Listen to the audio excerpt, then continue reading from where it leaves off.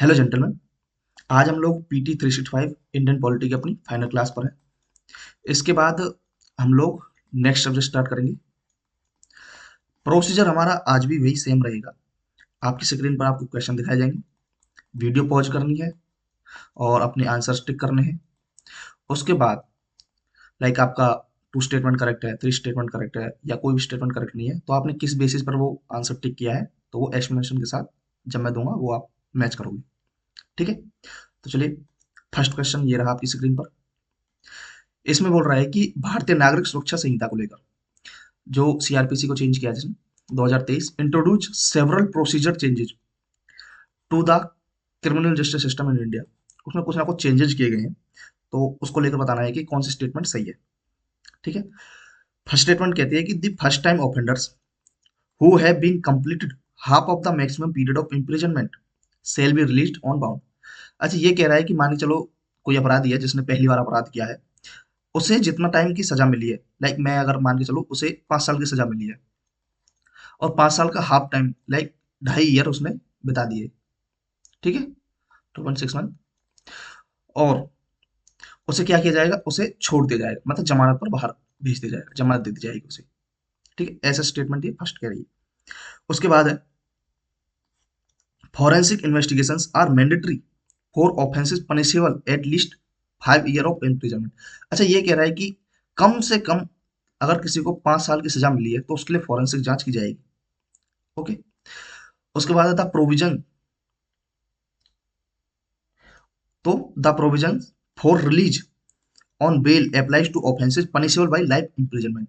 अच्छा, ये कह रहा है कि जो बेल के प्रोविजंस है वो एप्लीकेबल भी होते हैं, जिसे लाइफ इम्प्रिजनमेंट यानी कि आजीवन कारावास, जेल की सजा प्लस डेथ सेंटेंस। ठीक है, तो ऐसा ही स्टेटमेंट बोल रही है, हालांकि इसमें सिर्फ लाइफ इम्प्रिजन लिखा हुआ है मैंने। तो बताइए कौन सी स्टेटमेंट इनमें से करेक्ट है। तो आपने वीडियो पॉज करके देख लिया होगा, तो आंसर की तरफ बढ़ते हैं हम सीधा। आंसर इसका डी, कोई भी इनमें से सही नहीं है। क्यों नहीं है, अच्छा देखो, एक्सप्लेन करते हैं हम लोग। First time offenders who have been completed, half नहीं है इसमें भाई, ये क्या है, 1/3 है ऑलरेडी, इसमें एक्ट में लिखा हुआ है, ये संहिता आई है 2023, तो 1/3। ठीक है, अगर उसने 1/3 भी अपनी पूरी कर ली है तो उसे जान को दे दी जाएगी। Forensic investigations are mandatory for offences punishable with at least 5। तो ये 5 नहीं है भाई, ये 7 ईयर्स है। ठीक है, ये आपको याद रखनी है। और इसमें एक चीज और है कि फॉरेंसिक जो इन्वेस्टिगेशन है वो, अगर मान चलो फॉरेंसिक लैब एक स्टेट में नहीं है, जिस स्टेट है, तो वो दूसरे स्टेट में जाके भी करा सकते हैं। समझ गए। उसके बाद the provision for release on bail applies to offence, तो ये भी गलत है, बेल नहीं दी जाएगी भाई। देखो, और केसेस में हो सकता है, बट ये दो केसेस जो है लाइफ इम्प्रिजनमेंट और डेथ सेंटेंस, इनमें नहीं होगी, इनमें बेल नहीं मिलेगी। ठीक है, इस वजह से ये स्टेटमेंट रॉन्ग है। चलो, इसके कुछ और प्रोविजंस भी हैं, लाइक अगर मान के चलो मजिस्ट्रेट से परमिशन लेके क्या कर सकते हैं, जो जिन्हें गिरफ्तार किया गया है, अरेस्ट किया गया है वो, और जो अरेस्ट नहीं है उनके फिंगरप्रिंट्स भी ले सकते हैं। ठीक है, चाहे गिरफ्तार किया हो चाहे ना किया गया हो। उसके बाद है जो इन्वेस्टिगेशन की जाएगी, जितनी कार्रवाई वगैरह की जाएगी, तो उसके लिए एक टाइम बाउंड मैनर दिया गया है, कि एक टाइम लिमिट सेट कर दी है, कितने टाइम में आपको सारी चीजें कंप्लीट करनी है। अच्छा, याद करो लास्ट क्लास जो मैंने बोली थी आपको क्वेश्चंस की, उसमें एक क्वेश्चन आया था डिफॉल्ट बेल का, जिसमें जो इन्वेस्टिगेशन वो कंप्लीट नहीं होती 60 डेज और 90 डेज में। तो यहाँ पर क्या बोला है कि आपको जो भी कार्रवाई कर रहे हो तो उसके लिए एक टाइम बाउंड मैनर होगा, एक टाइम लिमिट में आपको सारी चीजें करनी है। ठीक है, तो ये तो हमारी भारतीय नागरिक सुरक्षा संहिता थी। उसके बाद हम बात कर लेते हैं एक बार, कौन सी, भारतीय न्याय संहिता, बीएनएस की। ओके, जब हम पढ़ रहे हैं तो ये भी एक बार कंप्लीट कर लेते हैं। तो इसमें ज्यादा कुछ नहीं, जैसे मान चलो अगर किसी ने छोटे अपराध किए हैं तो उसके लिए कम्युनिटी सर्विस पहली बार ऐड की गई है। कम्युनिटी सर्विस, सामुदायिक सेवा। अच्छा, कम्युनिटी सर्विस में लाइक जैसे देखो, कोई समाज का काम है, ठीक है, या किसी भी कोई भी पूरे समाज के लिए कुछ काम कर रहे हैं, तो उसमें आपको भेज दी जाएगी कि आपको ये काम करना है। ठीक है, जैसे खाना वाना खिलाते हैं, भंडार वगैरह करते हैं, वहां पर भी, या फिर साफ सफाई वगैरह, वो सारी चीजें कम्युनिटी सर्विस हो गई। फिर दूसरा है कि महिलाओं के खिलाफ, लाइक मान के चलो 18 साल से जो कम की लेडीज वगैरह है नाबालिग, तो उनके साथ अगर आप खिलाफ लैंगिक अपराध करते हो 18 साल, तो उसे लैंगिक अपराध माना जाएगा। तीसरा है जो सेडिशन है। अच्छा, हम लोगों ने सेडिशन पढ़ा था आईपीसी के 124 ए में। ओके, तो इसे हटा दिया सेडिशन। इसकी जगह सेडिशन क्या होगा कि आप अगर देश के खिलाफ कुछ बोलते हो या फिर सशस्त्र विद्रोह करवाते हो, जो आप बोल आर्म फोर्सेज, आर्म रिबेलियन कराते हो, ओके, या फिर कॉन्स्टिट्यूशन के अगेंस्ट जाते हो, ठीक है, वो सारी चीजें। उसके बाद फिर आतंकवाद, जो पहले क्या हुआ था, जो टेररिज्म है, वो हमारे पास उसकी एक डेफिनेशन नहीं थी, तो उसको एक डिफाइन किया, परिभाषित किया उसे, कि देश की एकता, अखंडता, यूनिटी, इंटीग्रिटी, ठीक है, सिक्योरिटी, उसको अगर खतरा होता है, उसको डेंजर होता है। तो फिर कुछ ऑर्गेनाइज्ड क्राइम के बारे में बात की गई है। ऑर्गेनाइज्ड क्राइम, ऑर्गेनाइज्ड क्राइम, जो आजकल आप बहुत ज्यादा देख रहे होगे, साइबर अपराध। और आजकल तो एक और चीज चली हुई है कि भाई वीडियो कॉल पर पुलिस की ड्रेस वगैरह पहन के तो आपको देते हैं कि भाई आपकी ऑनलाइन एफआईआर वगैरह, ये सारी चीजें, ऑनलाइन अरेस्ट, डिजिटल अरेस्ट से बोलते हैं, डिजिटल अरेस्ट। ठीक है, आपको वो डराएगा धमकाएगा, इतने पैसे दे दो, इतने में हो जाएगा, आपके खिलाफ एफआईआर हो गई है, वो सारी चीजें, तो ये ऑर्गेनाइज्ड क्राइम है। उसके बाद फिर एक और थी कि भारतीय एविडेंस, भारतीय एविडेंस, भाई भारतीय साक्ष्य अधिनियम 2003। इसमें मेन चीज ये है कि ज्यादा कुछ नहीं, तो इलेक्ट्रॉनिक जो दस्तावेज है, रिकॉर्ड्स है, उसको दस्तावेज माना जाएगा। और यहाँ पर जो इलेक्ट्रॉनिक एविडेंस है, उनको भी एविडेंस के बेसिस पर यूज किया जाएगा। जैसे पहले क्या होता था कि जो इलेक्ट्रॉनिक, जो हमारी प्रूफ वगैरह है, उसको नहीं माना जाता था, बट इसमें माना जाएगा। अंडरस्टैंड? तो ये हमारी चीजें थी इसको लेकर। नेक्स्ट क्वेश्चन है आपके सामने। नेक्स्ट क्वेश्चन क्या बोलता है, ये कह रहा है कि with reference to the right to information act, भाई RTI act, consider the following statement. बताइए भाई, आरटीआई को लेकर, all persons seeking information from a central government public authority, जो सीपीएसयू जो होते हैं, central government public authority, are required to pay a minimum nominal fees. Okay,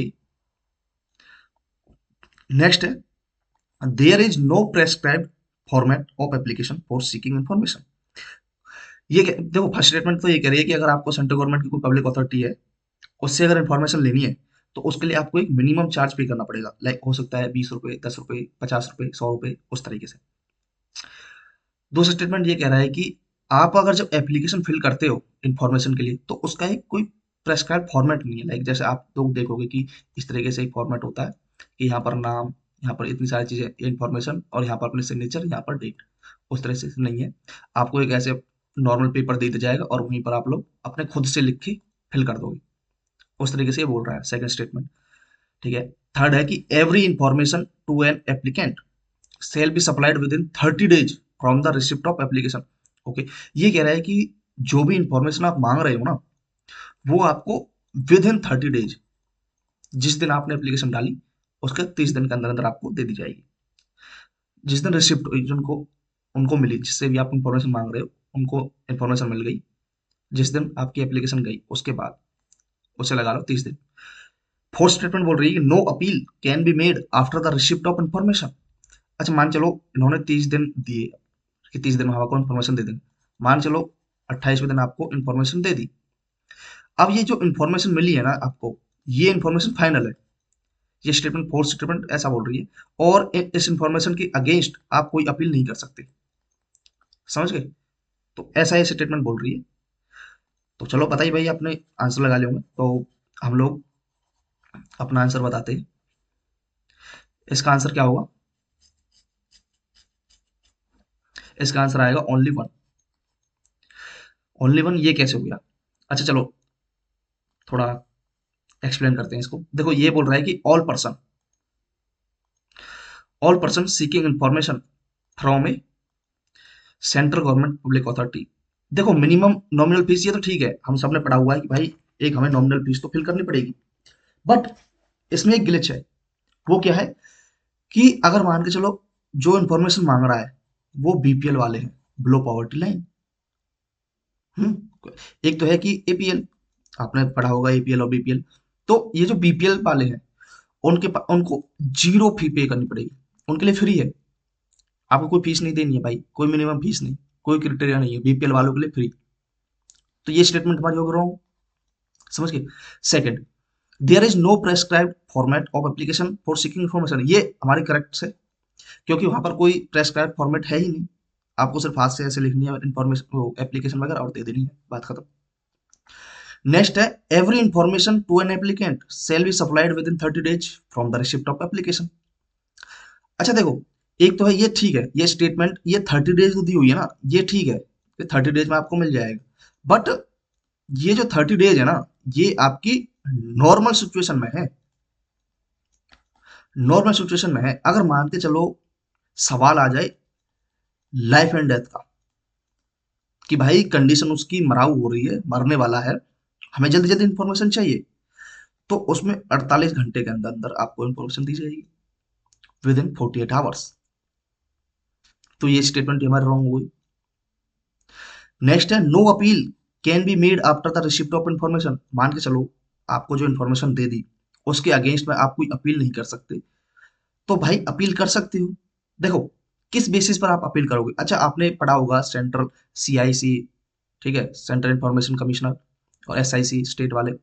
तो मान के चलो आपको जो इन्फॉर्मेशन दी वो इन्फॉर्मेशन फॉल्स है, रॉन्ग है, या इनकम्प्लीट है, वो पूरी इन्फॉर्मेशन नहीं है, तो उन ग्राउंड्स के बेसिस पर आप लोग अपील कर सकते हो आगे, समझिए, ट्रिब्यूनल अपील कर सकते हो, कोर्ट में अपील कर सकते हो, ठीक है। तो ये स्टेटमेंट हमारी रॉन्ग है, तो ओनली वन स्टेटमेंट हमारी सही है, ओके।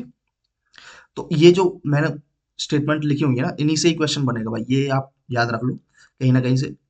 इनमें हो सकता है 30 दिन की जगह कुछ और लिख दे, सेम ऐसी जैसे फर्स्ट क्वेश्चन मैंने बोला था कि वहां पर जो वो 7 years है लिखा 5 year था, और सेम ऐसे ही हाफ था वो 1/3, तो ऐसे ही डाटा से थोड़ा छेड़छाड़ की जाएगी। नेक्स्ट क्वेश्चन है, चलिए नेक्स्ट क्वेश्चन की तरफ बढ़ते हैं। नेक्स्ट क्वेश्चन क्या बोलता है, choose the correct one, digital personal data protection act 2023। अब भाई देखो ये भी काफी टाइम से चर्चा में रहा है कि हमारे जो डिजिटल डाटा है, इतना सारा डाटा हमारा पड़ा हुआ है, और वो जो कंपनियां, फॉरेन कंपनियां हैं, वो यहाँ पर अपना स्टोर नहीं करती हैं, बाहर ही ले जाती हैं, तो वो सारी चीजें हैं, तो उनको लेकर कि हमारा जो डाटा इतना ज्यादा ब्रीच हो रहा है ऑनलाइन डिजिटली, तो उसको प्रोटेक्शन के लिए है। तो ये बोल रहा है कि personal data may be proceed only for a lawful purpose, okay, after obtaining the consent of data principal. अच्छा डाटा प्रिंसिपल होता है जैसे कि मैं आप, जो हमारा डाटा है, ओके, डाटा फिड्यूशियरी होते हैं, जो डाटा कंपनीज वगैरह जो होती हैं, जहां पर हमारा डाटा जा रहा है, जो डाटा ले रही है, ओके। तो ऑब्टेनिंग जो पर्सनल डाटा है उसको प्रोसेस किया जा सकता है विद ए लॉफुल पर्पज के लिए, कानूनी पर्पज के लिए, after obtaining the consent of data principal, हमारा कंसेंट के बाद, और consent will not be required for legitimate usage.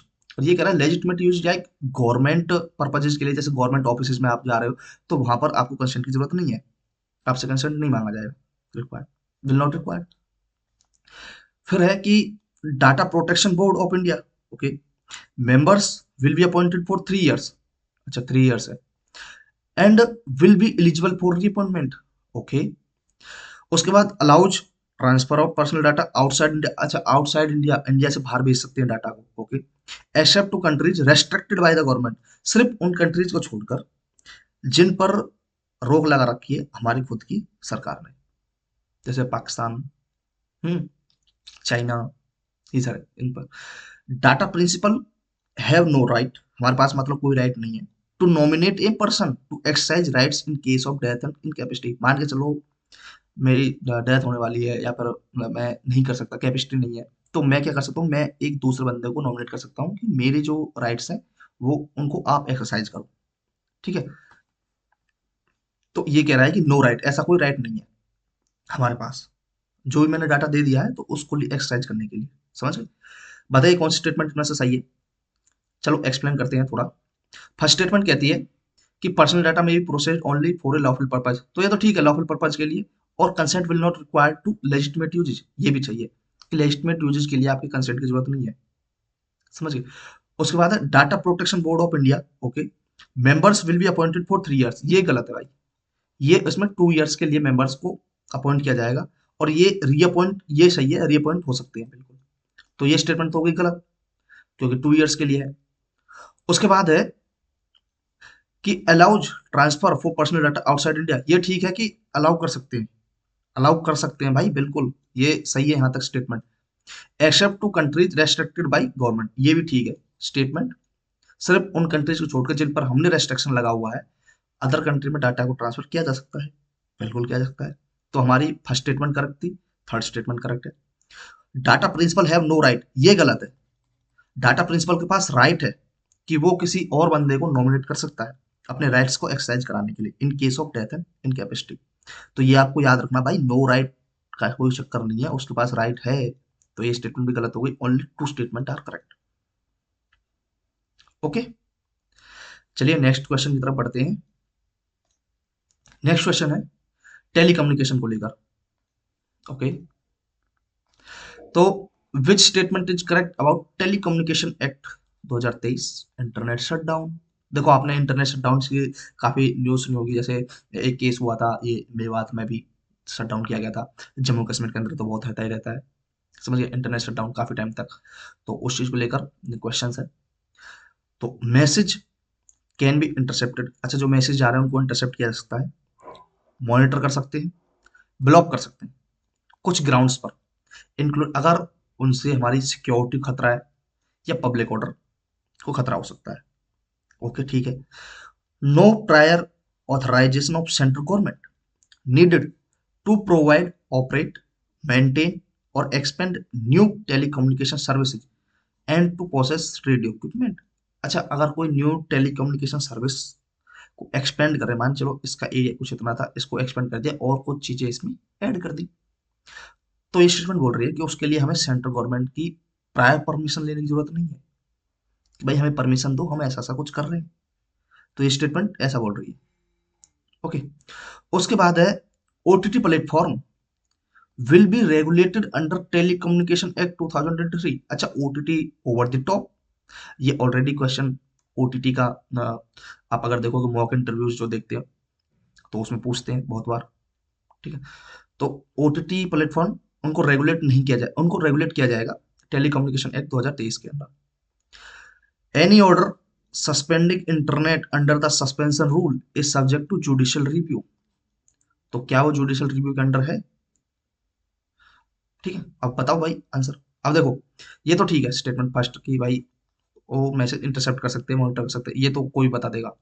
उसके बाद आता है नो प्रायर ऑथराइजेशन, तो क्या ऑथराइजेशन नहीं है, तो ये गलत है भाई, आपको परमिशन चाहिए।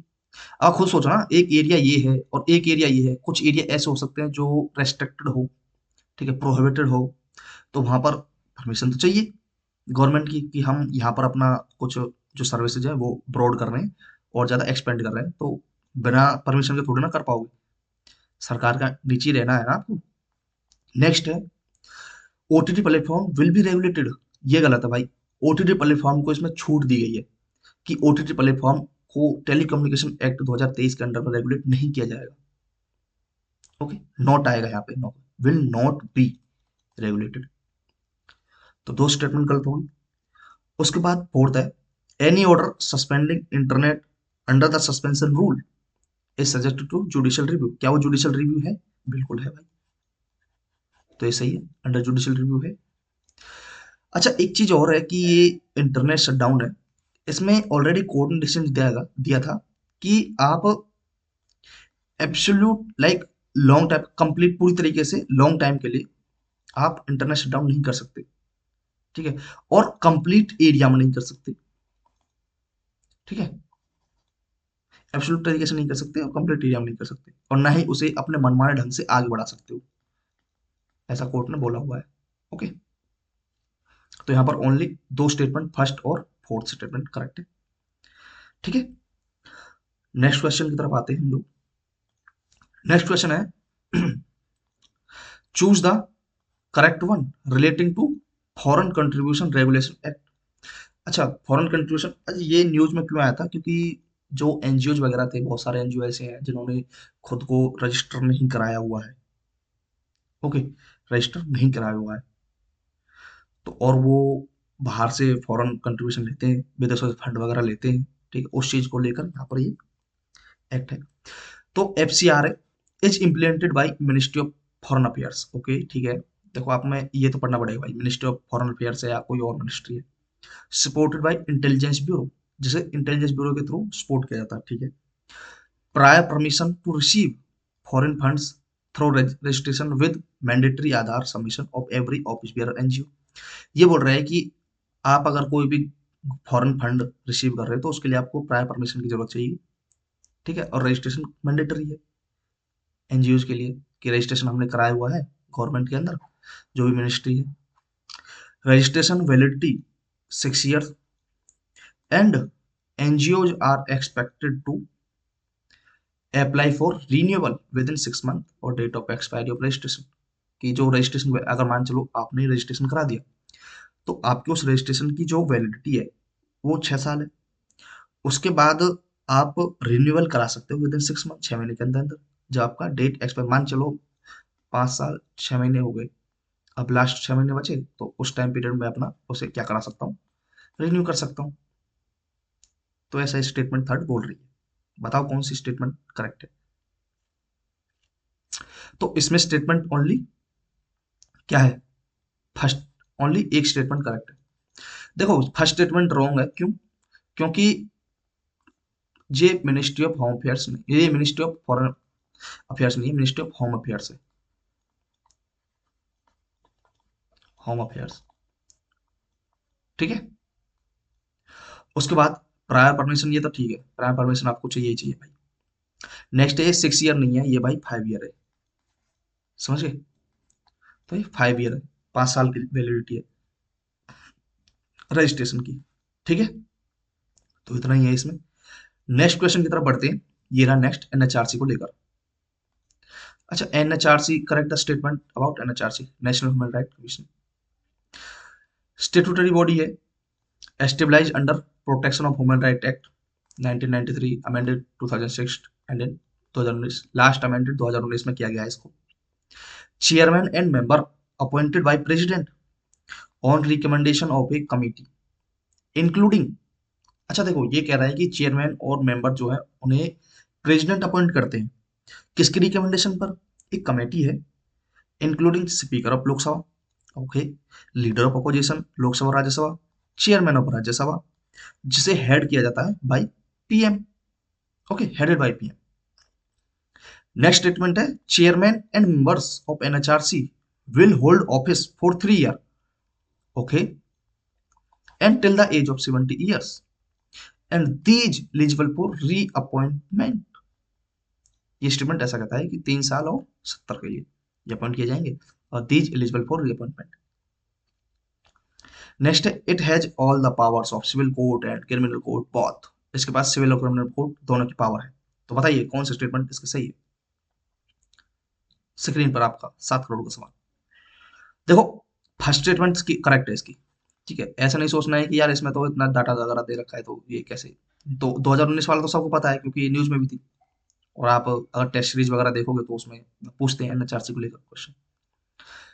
सेकंड स्टेटमेंट ये बोलता है कि चेयरमैन और मेंबर अपॉइंटेड बाय प्रेसिडेंट, ठीक है, ये मालूम है कि प्रेसिडेंट अपॉइंट करते, ओके। बट क्या जो कमेटी है जो रिकमेंड करेगी, क्या उसमें स्पीकर ऑफ लोकसभा है? हाँ है। लीडर ऑफ अपोजिशन है? बिल्कुल है। क्या चेयरमैन ऑफ राज्यसभा है? तो चेयरमैन नहीं है वो कौन है? वो डिप्टी चेयरमैन होंगे, okay, not chairman.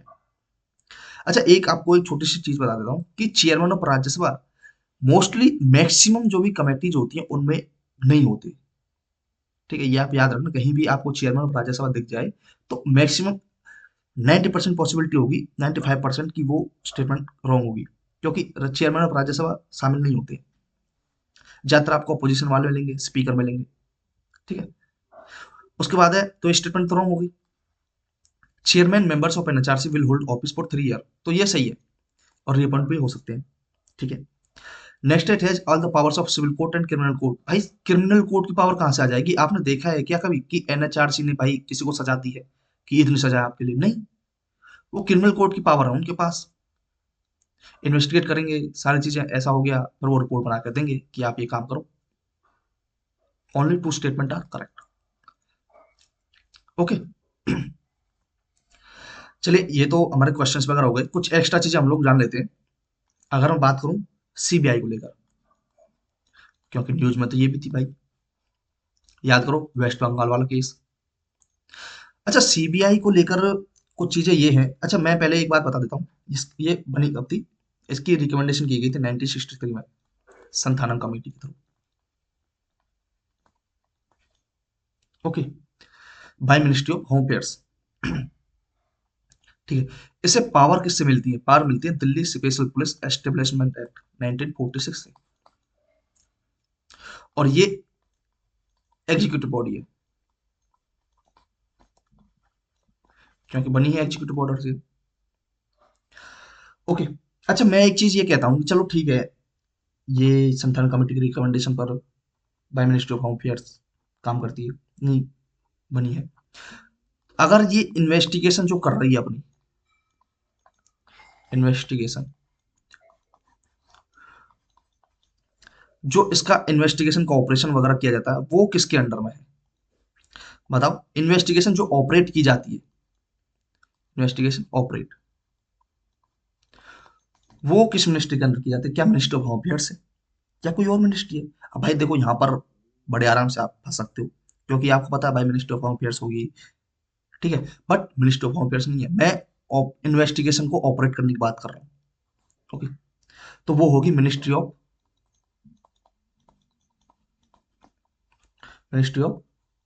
Personal, pension and public grievance.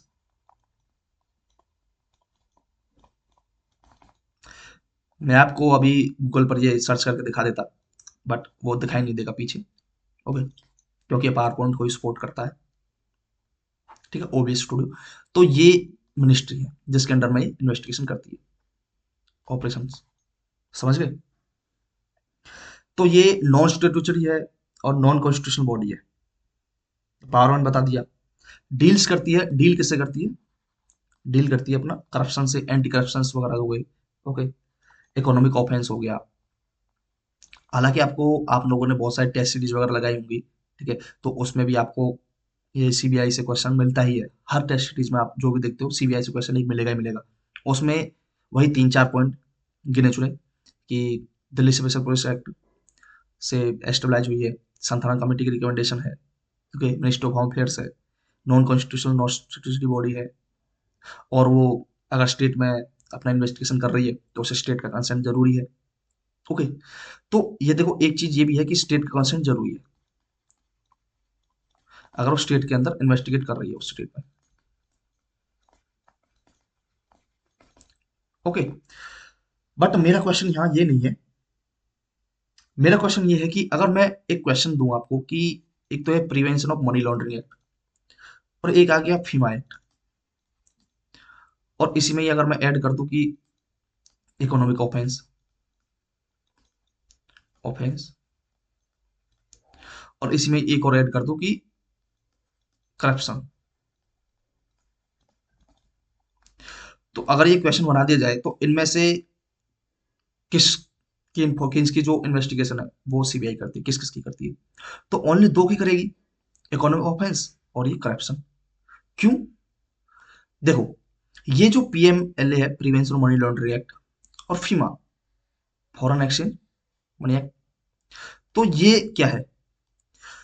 इनकी जो इन्वेस्टिगेशन करेगी वो कौन करता है बताओ? वो है इंफॉर्मेशन डायरेक्टरेट। आपने देखा भी होगा कि ये न्यूज में भी रही थी, ईडी।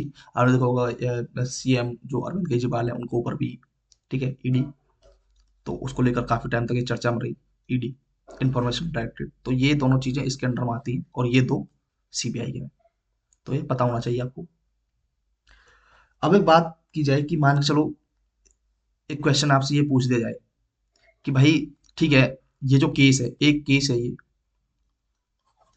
ये फर्स्ट टाइम आप, सीबीआई क्या है, स्टेट में इन्वेस्टिगेट कर रही है, तो उसमें तो प्रायर परमिशन ले ली, प्रायर परमिशन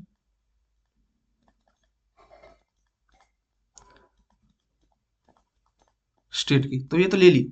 अब मान के चलो यही जो केस है, यही केस इससे रिलेटेड कुछ है, फिर से इंफॉर्मेशन के लिए, इन्वेस्टिगेशन के लिए जा रही है, ओके,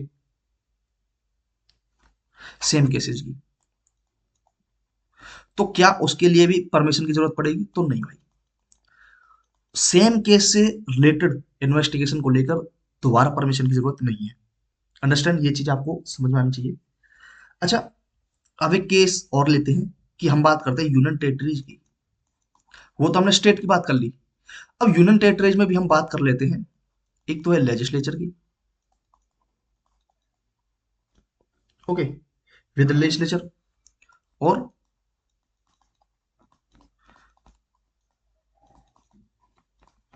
विदाउट लेजिस्लेचर। अब देखो, विद लेजिस्लेचर और विदाउट लेजिस्लेचर, इसमें तो कर सकती है भाई, परमिशन के रिक्वायर्ड है ही नहीं। पहली बात तो ये है, जिसमें लेजिस्लेचर है ही नहीं। और लेजिस्लेचर है भी तो भाई वो तो यूनियन टेरिटरी है। ओके, यूनियन टेरिटरी भाई, डायरेक्टली सेंट्रल गवर्नमेंट के कंट्रोल है, सेंट्रल गवर्नमेंट का कंट्रोल है उस पर, तो उसमें तो परमिशन की जरूरत है ही नहीं। ओके, तो ये चीज आपको याद रखनी है। अच्छा, एक चीज है कि माने चलो जो ये सेंट्रल गवर्नमेंट के केसेस जो होते हैं, तो उनके ऊपर सीबीआई शो मोटो इन्वेस्टिगेट कर सकती है, सेंट्रल गवर्नमेंट केसेस को। ठीक है, तो ये थोड़ा सीबीआई को लेकर कुछ चीजें थी। ठीक है, उसके बाद एक न्यूज और हम लोग कर लेते हैं कि जो ये national commission for schedule caste, national commission for schedule tribe और national commission for backward classes, इनको लेकर थोड़ी सी चीजें थी। तो हम लोग थोड़ा इसको मेन मेन चीजें देख लेते हैं, ज्यादा कुछ नहीं, जो अपने को काम की चीज लगी है। ठीक है, और कुछ नहीं है इसमें। अच्छा देखो, ये अगर मैं बात करूं आर्टिकल्स वाइज तो किस में है, ये आर्टिकल 338 में है, 338 ए, और ये 338 बी। अच्छा, मैं एक चीज बता दूं कि national commission for schedule cast, अच्छा, एससी और एसटी के लिए ओरिजिनल कॉन्स्टिट्यूशन के अंदर ये कमीशन वगैरह नहीं था कि भाई कमीशन बना दिया शेड्यूल कास्ट के लिए। ओके, उनके लिए क्या था, ओरिजिनल कॉन्स्टिट्यूशन में स्पेशल ऑफिसर्स थे, स्पेशल ऑफिसर का प्रोविजन था। अच्छा, आपने देखा भी होगा कि स्पेशल ऑफिसर का प्रोविजन क्या भी हुआ है। ओके, अगर मान चलो लिंग्विस्टिक माइनॉरिटीज है, आपने देखा होगा भाई क्वेश्चन आया हुआ है, आर्टिकल 350 बी आया है भाई क्वेश्चन। और सेवन कॉन्स्टिट्यूशन अमेंडमेंट एक्ट 1956 से जो स्पेशल ऑफिसर है किसके लिए, लिंग्विस्टिक माइनॉरिटीज के लिए, तो बोला भी है। समझ गए। तो यहाँ हम बात कर रहे हैं national commission for schedule caste, schedule tribe और national commission for backward classes की। 1950 में तो ओरिजिनल कॉन्स्टिट्यूशन में स्पेशल ऑफिसर्स थे एससी और एसटी के लिए। उसके बाद एक 1978 में इनके लिए नॉन स्टेटूटरी कमीशन बनाया गया एससी और एसटी के लिए। 1987 में ये नाम दिया गया था, 1987 में national commission for schedule cast और शेड्यूल ट्राइब। उसके बाद ठीक है, कॉन्स्टिट्यूशनल बॉडी बनी थी ये 1990 में, 65 कॉन्स्टिट्यूशन अमेंडमेंट एक्ट से। ये जो था, ये 65th कॉन्स्टिट्यूशन अमेंडमेंट एक्ट 1990। और ये जो एनसीबीसी था, ये स्टेटूटरी बॉडी बनी थी 1993 में। उसके बाद 2018 में 102, ये है 2018 में 102 कॉन्स्टिट्यूशन अमेंडमेंट एक्ट से ये क्या हुआ, कॉन्स्टिट्यूशनल बॉडी बन गई 338 बी। ओके, उसके बाद हम लोग बात करते हैं इसमें चेयरमैन वगैरह या फिर मेंबर्स की। तो एक तो चेयरमैन होंगे प्लस 3 मेंबर्स होंगे। सेम यही प्रोसीजर इसमें भी है, ये भी इसमें भी है। अच्छा, अपॉइंट कौन करेंगे, अपॉइंट करेंगे प्रेसिडेंट, यहां पर भी और यहां पर भी। कंडीशन ऑफ सर्विस, सर्विस की कंडीशन कौन बताएगा, वो प्रेसिडेंट बताएंगे भाई, तीनों भाई सेम। ओके, अच्छा एक बात है कि मिनिस्ट जो ये नोडल मिनिस्ट्री है इनकी, वो कौन है, उसकी होगी ministry of social justice, social justice. इसकी क्या होगी, शेड्यूल ट्राइब्स की, तो मिनिस्ट्री ऑफ ट्राइबल अफेयर। और इसकी मिनिस्ट्री ऑफ क्या होगा, social justice, social ministry of social justice. Okay, तो शेड्यूल कास्ट और बैकवर्ड क्लास, इनकी तो है सोशल जस्टिस, और जो शेड्यूल ट्राइब है, अब तो ट्राइब से ही आराम से समझ सकते हो, ट्राइबल अफेयर्स। ओके। अच्छा, एक बात अगर किया जाए तो सेफगार्ड्स किसके इंटरेस्ट के लिए है? लाइक मान के चलो, किसके लिए, मतलब किसको हमें इंटरेस्ट, किसको हमें सेफ रखना है, सेफ्टी किसकी है, जिनको हमने इंटरेस्ट, किसके इंटरेस्ट पे ही बनाया है? तो इसमें हम लोग एससी प्लस एंग्लो इंडियंस को शामिल करते हैं। अब तो खैर लोकसभा में और विधानसभा के अंदर सीट खत्म कर दी एंग्लो इंडियंस को लेकर, आपने देखा भी होगा, 104 कॉन्स्टिट्यूशन अमेंडमेंट एक्ट। ओके। और शेड्यूल ट्राइब में शेड्यूल ट्राइब्स हो गई। और इसमें national commission for backward classes में सोशली और educational, social plus educational backward, ये आपको पता होना चाहिए भाई, कंपैरिजन में पूछ सकता है वो। ठीक है। अगर और इनके पास पावर किसकी है, मान चलो क्रिमिनल कोर्ट की पावर है, सिविल कोर्ट की, तो इनके पास है भाई सिविल कोर्ट की पावर है, तीनों के पास है। अंडरस्टैंड? रिपोर्ट भी सबमिट करेंगे प्रेसिडेंट को, जब प्रेसिडेंट अपॉइंट कर रहे हैं, सैलरी स्ट्रक्चर, अलाउंस, सारी चीजें प्रेसिडेंट बता रहे हैं, तो भाई वो अपनी रिपोर्ट भी तो प्रेसिडेंट को देंगे, तो सीधी बात है, रिपोर्ट किसके पास सबमिट करेंगे? प्रेसिडेंट के पास। ठीक है। तो आज हमारा ये पॉलिटी वाला सिस्टम खत्म हो गया। नेक्स्ट सब्जेक्ट हम लोग स्टार्ट करेंगे कल से। तो आज के लिए इतना ही, मिलते हैं नेक्स्ट वीडियो में। अगर वीडियो अच्छी लगे तो प्लीज़ लाइक शेयर सब्सक्राइब जरूर करें, और कमेंट में जरूर बताएं कि ये जो इनिशिएटिव है क्वेश्चंस वाला वो कैसा रहा। ओके, चलिए मिलते हैं फिर नेक्स्ट वीडियो में। Thank you, thanks for watching.